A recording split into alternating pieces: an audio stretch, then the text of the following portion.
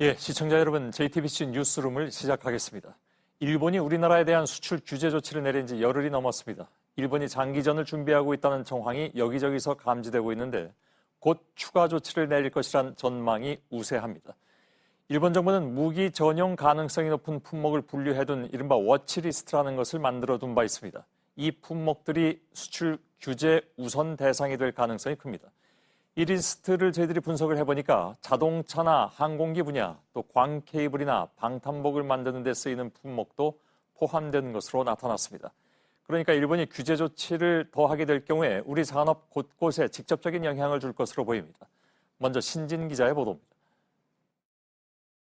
일본 정부가 만들어 놓은 이른바 워치리스트입니다. 무기 전용 가능성이 높은 품목을 골라놓은 겁니다.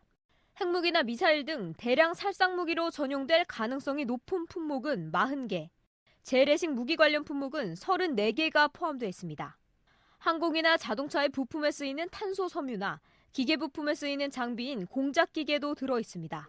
탄소 섬유의 경우 한국이 미래 산업으로 육성 중인 수소 전기차의 핵심 부품에 사용됩니다.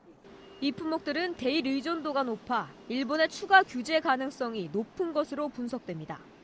기계의 주요 부품으로 널리 쓰이는 베어링이나 전자컴퓨터도 포함되어 있습니다. 한국이 4달 화이트 국가 리스트에서 빠질 경우 군사 전용 가능성이 있다고 분류되는 품목에 대해선 수출업자가 직접 신고해야 합니다. 그렇지 않을 경우에는 10년 이하의 징역을 받는 법적 책임을 부담한다는 것, 그 자체가 한일의 무역 전반에 어떤 대단히 큰 불확실성과 불안정성을 가져올 거고요. 일본 정부가 워치리스트에서 우리 경제에 타격이 큰 것들을 순차적으로 내놓으면서 장기전에 들어갈 것이란 전망도 나오고 있습니다. JTBC 신진입니다.